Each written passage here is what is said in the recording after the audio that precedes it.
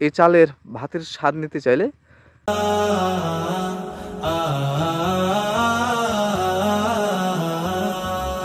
আসসালামু আলাইকুম রহমতুল্লাহ।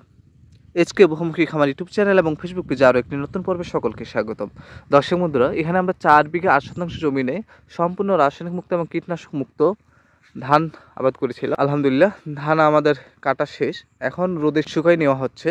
এরপরে এগুলো ছোট ছোট করে আটি বেঁধে মাড়াইকরণ করা হবে, এরপরে বাজারজাতকরণ করা হবে।